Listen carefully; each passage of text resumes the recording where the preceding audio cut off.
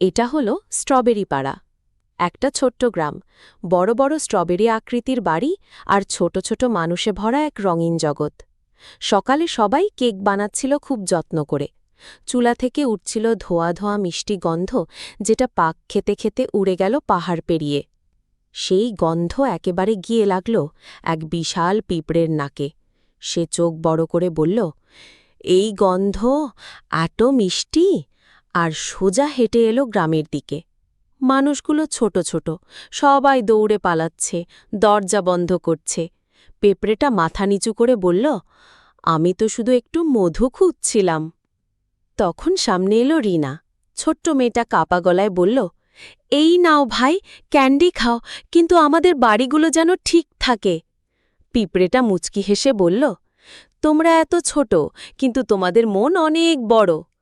তারপর সে ধীরে ধীরে চলে গেল পাহাড়ের দিকে। গ্রামে ফিরে এলো শান্তি। আর তখন মাঝখানে দাঁড়িয়ে রিনা বলল, আমি তো পুরো স্ট্রবেরি গ্রামটাকেই বাঁচালাম, কিন্তু কেউ আমায় লাইক আর সাবস্ক্রাইব কিছুই করল না। Please like, share, and subscribe.